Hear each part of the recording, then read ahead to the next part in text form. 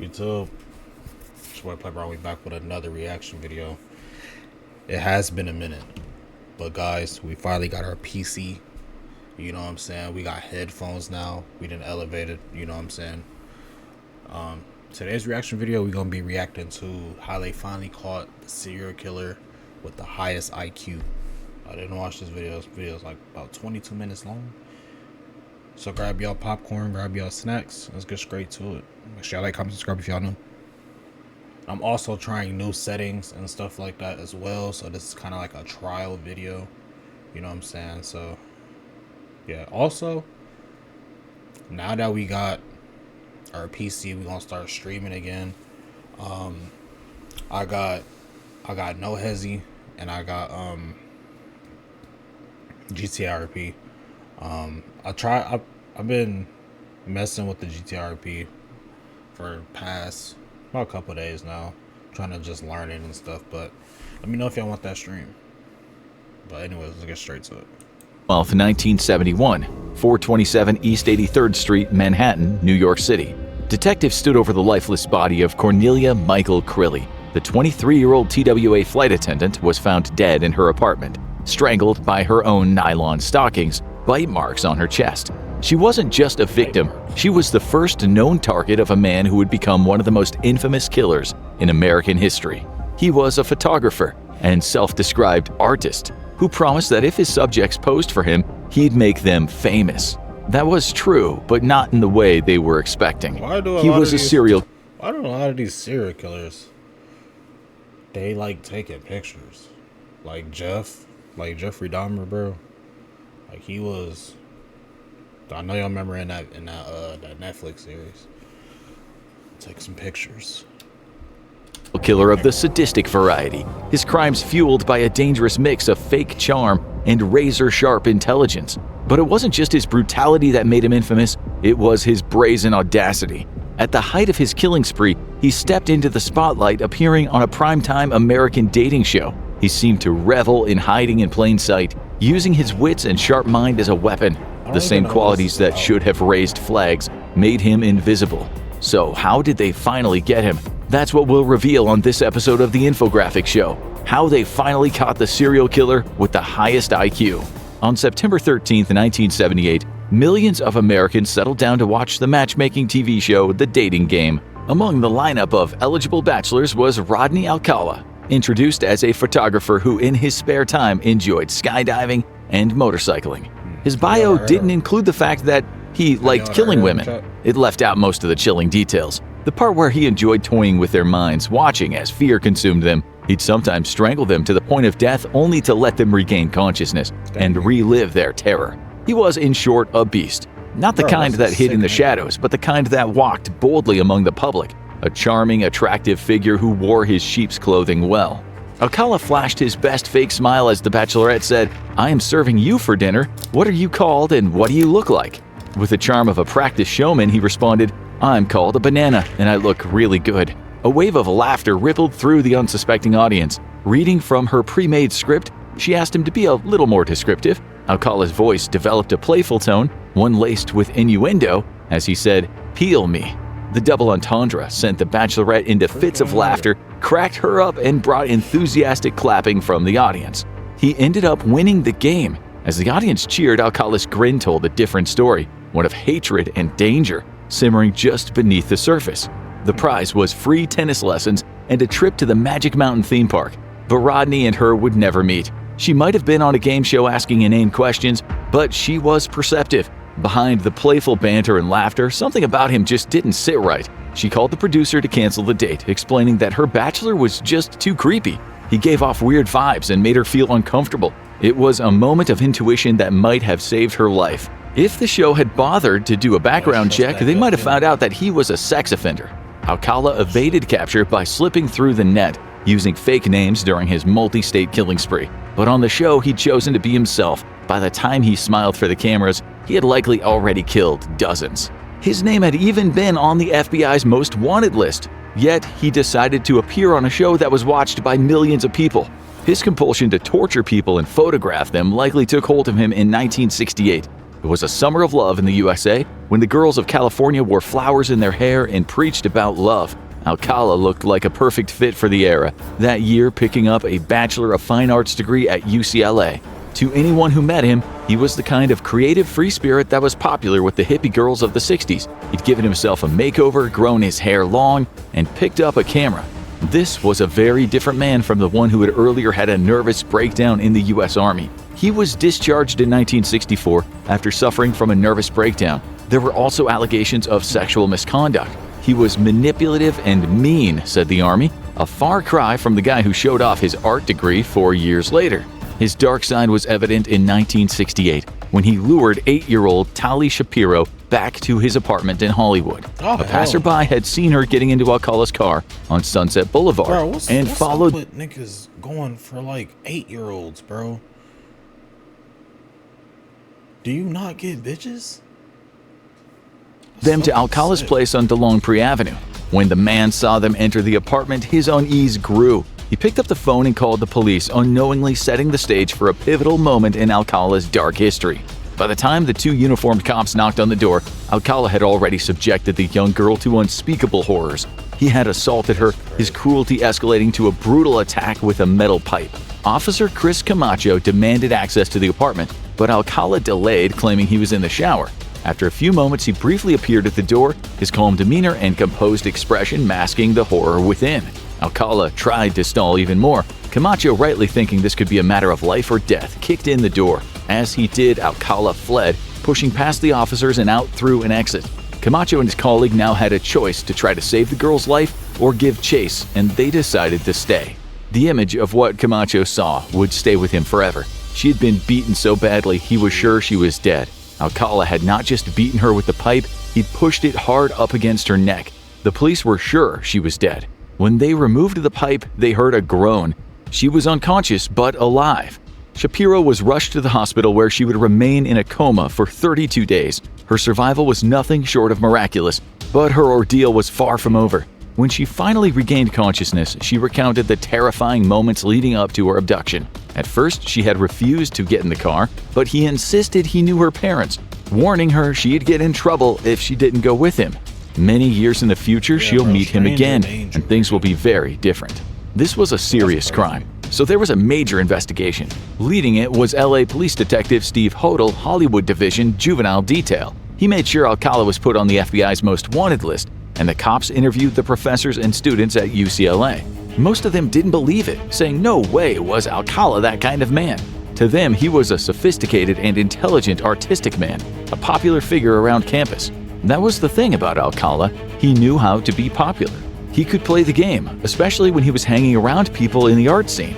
And where better to be an artist than in New York City? That's where he went next to enroll at NYU Film School under the alias John Berger.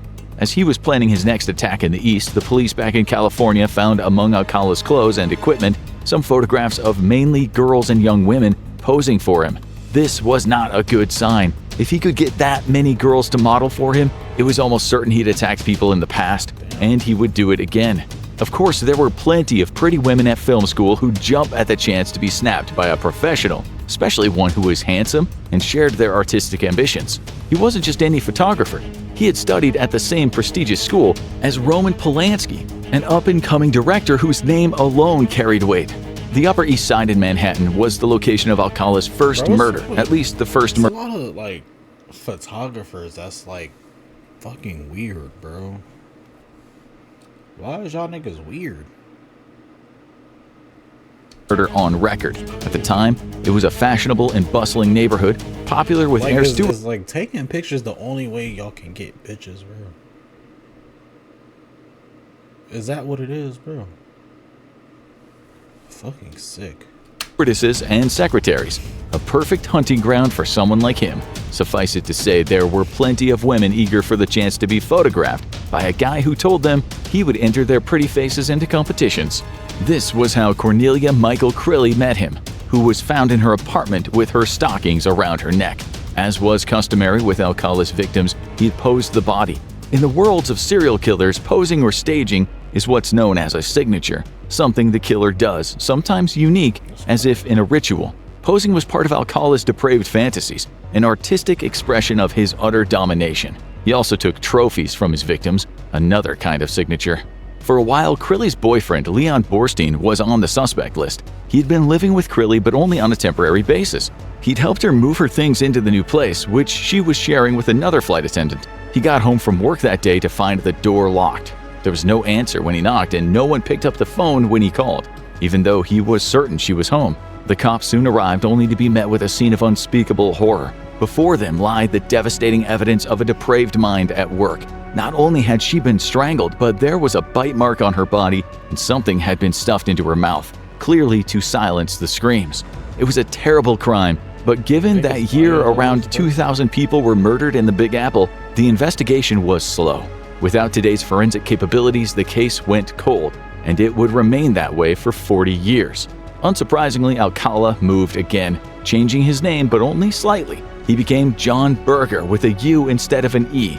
His destination was New Hampshire, where he secured the kind of job tailor-made for someone trying to mask their true nature behind a facade of respectability.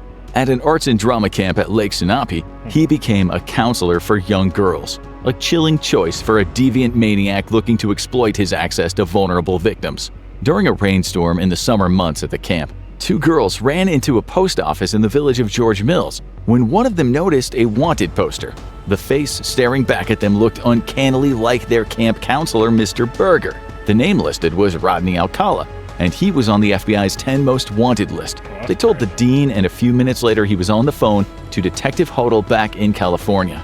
So, just after a few months as a counselor, Alcala was extradited back to California to face the music for the attack on young Tali Shapiro. He was looking at a hefty prison sentence, but the family had already moved to Mexico, and they refused to allow their traumatized little girl to testify. She'd already endured unimaginable pain, and her parents couldn't bear to subject her to the anguish of reliving the ordeal in court. Without the main witness, the prosecution offered Alcala a plea deal, and he got off with a 1-year to life sentence for molestation, and his name was on the sex offender registry. The light sentence stunned those like Officer Camacho who had seen what he had done to that poor girl. They were stunned a second time when they heard he became a free man again after just 34 months. If you are a PDF file, bro, you deserve life in jail. Because that's a sick thing to do. Like, I don't know what's the sentencing like now for that specific thing, but it needs to be like life in jail. Because honestly, bro, that's freaking crazy. Because you gotta think, you got people on murder charges getting out. You know what I'm saying? So it's just like, you touching minors and stuff, and you getting out. That's crazy. For months, this devious and violent charmer of women, a master manipulator, was not going to stop. No. You got people on drug charges that's getting life, and you got people that's touching minors getting out. That's what I meant to say. And that's crazy when you put it into perspective. Camacho knew it. He was right. After just 2 months of freedom, Alcala was arrested again, this time for picking up a 13-year-old girl when she was on her way to school. He persuaded her to get in with him. Once he had her driven to a secluded location, his demeanor shifted, and he forced himself on her, attempting to kiss her as she struggled to resist. But unlike many of his victims, she lived to tell her story. Bravely, she reported him, leading to his arrest and a 2-year prison sentence.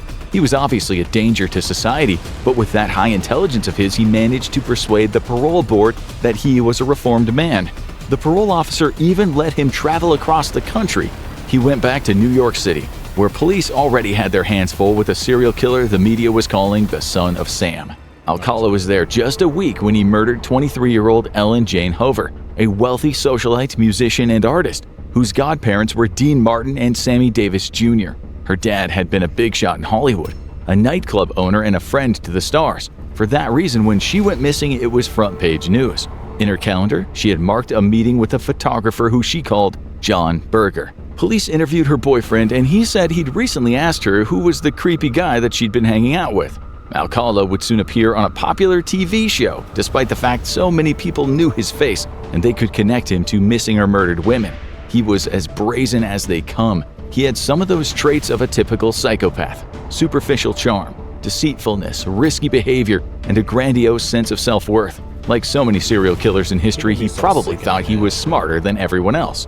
Hover's stepdad, Reuben Schwartz, a wealthy Garment District lawyer, put up a $100,000 reward, but the case went cold. Hover remained a missing person until her body was found in 1978, buried in a scenic spot overlooking the Hudson. It would later be discovered that an up-and-coming photographer had taken another young woman's photo there, though this girl was lucky enough to tell the story. Who knows how many young women eager for a chance to be photographed by a professional fell victim to Alcala in New York. What is certain is that the number of his victims is far. It's just a picture, bro. And y'all ladies have to understand, bro. Everything that these guys be telling y'all, bro, is not the truth, bro. You have to start thinking, bro. Like, I know this is back in the day, but like, you know what I'm saying? Far greater than the charges he would one day face. He traveled extensively, moving from city to city, leaving a trail of fear and devastation in his wake. Just because we older now and adults now, that don't mean stranger. That don't mean that stranger danger still don't apply. My nigga, it should still apply. In Wyoming, he crossed paths with Christine, a good-looking, pregnant, free-spirited woman who was motorbiking across America. She vanished without a trace. He returned to LA in 1978, where he landed a job as a typesetter for the LA Times. Once he got to know his colleagues, he started showing them what he called his artwork. There were many hundreds of pictures he'd taken, mostly of young girls but also young boys. He was convincing, especially when he said prizes were involved. One of the many women he photographed later said that he was easy to trust. He had a way of talking to people that really put them at ease. This was around the same time he played the dating game but was rejected by the woman who made the mistake of choosing him.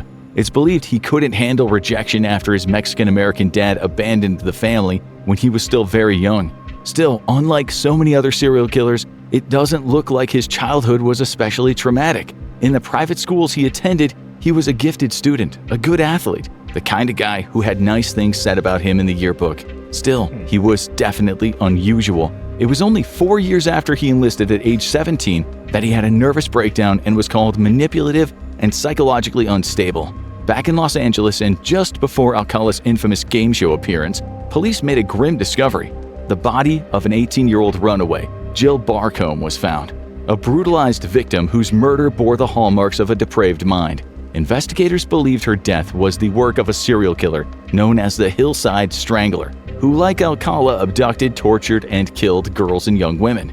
Standing at 5 feet and weighing just 100 pounds, Barcombe was picked up on Sunset Boulevard. Her body was found close to the actor Marlon Brando's house on Mulholland Drive. She was naked and in a kneeling position, so almost certainly had been deliberately posed. Her skull had been crushed by a rock that was found nearby, and she had been strangled multiple times with a belt, pantyhose, and with one of her pant legs. As for the triple asphyxiation, whoever did this wanted to see the victim suffer prolonged agony. Just a month later, Alcala forced his way into the Malibu apartment of a 27-year-old nurse named Georgia Marie Wickstead. Her body was found posed in the bedroom. She'd been hit on the head, mutilated, and strangled with stockings. Bodies were being found all over LA. Since Alcala was on the sex offenders list, he was looked at by the Hillside Strangler Task Force. They interviewed him at his mother's house, but at this point he was not high on the list of suspects. They actually arrested him for marijuana possession, and he spent a little while in jail, but he was soon out again, telling strangers he wanted to shoot them for his portfolio. His next victim was Charlotte Lamb, a 32-year-old legal secretary who was found strangled by shoelaces in the laundry room of her apartment complex in El Segundo. Again, the body had been posed. She had also had her earrings stolen, something Alcala would one day regret. Then in February 1979, he picked up a 15-year-old hitchhiker in Riverside County. The girl, Monique Hoyt, first went to his apartment and later he drove her out to Joshua Tree, where he bound and beat her. He photographed her, but he didn't kill her, taking her back to the city where she called the police from a motel. Alcala was jailed, but his mom posted bail and he was soon back out looking for more victims. In June 1970, Bro.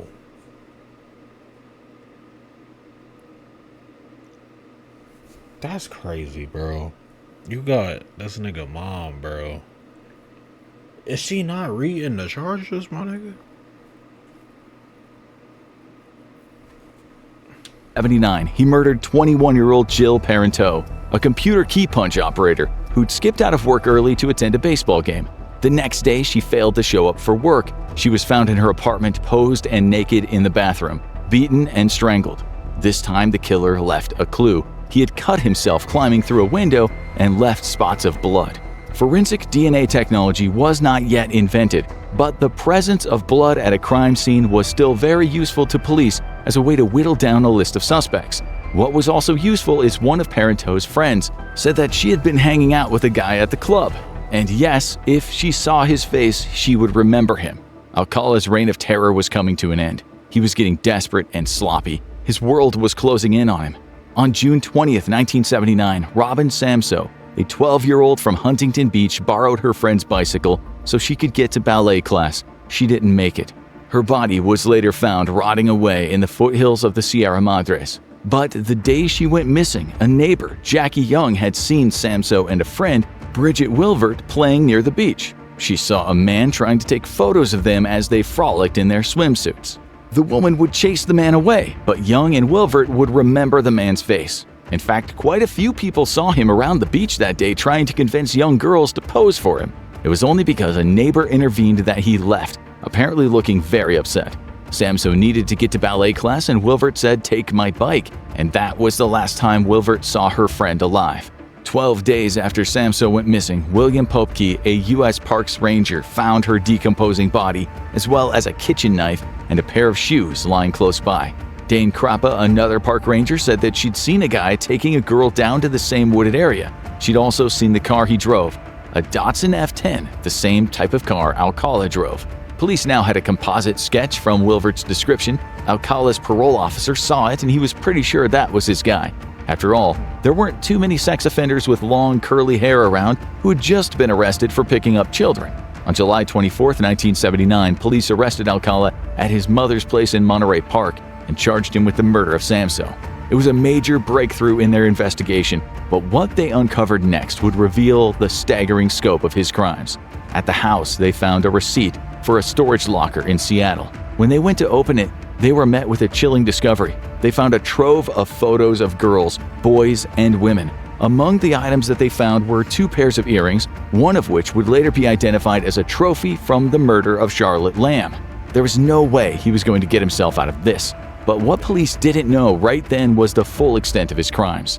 In 1980, he was found guilty of Samso's murder and sentenced to death. He might have died then and there, as Marianne Connolly, Samso's mother, had sneaked a .25 caliber pistol into the trial. She intended to use it if justice wasn't served. Connolly later admitted that her desire for revenge was fueled by the fear that the system would fail her daughter.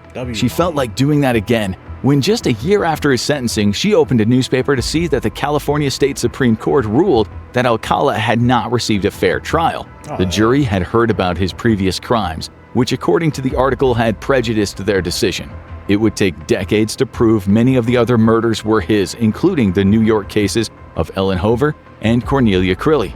He'd been a major suspect in many others. When in 2010, the police made public 120 photographs he'd taken over the years, 21 women identified themselves, and at least 6 families identified someone who had disappeared in the past.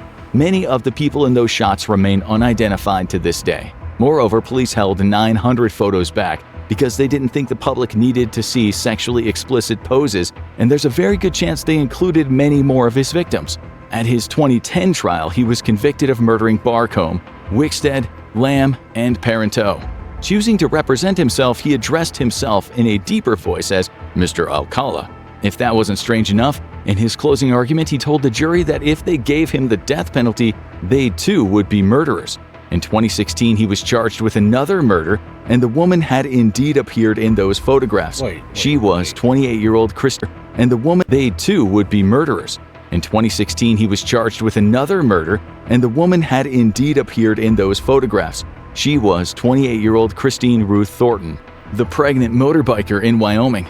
The location proved Alcala had spread his wings far and wide.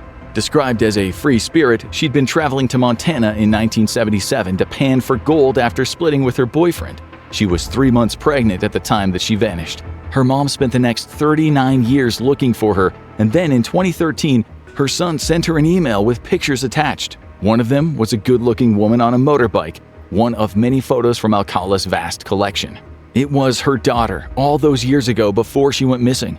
The mother submitted her DNA to a database of missing persons.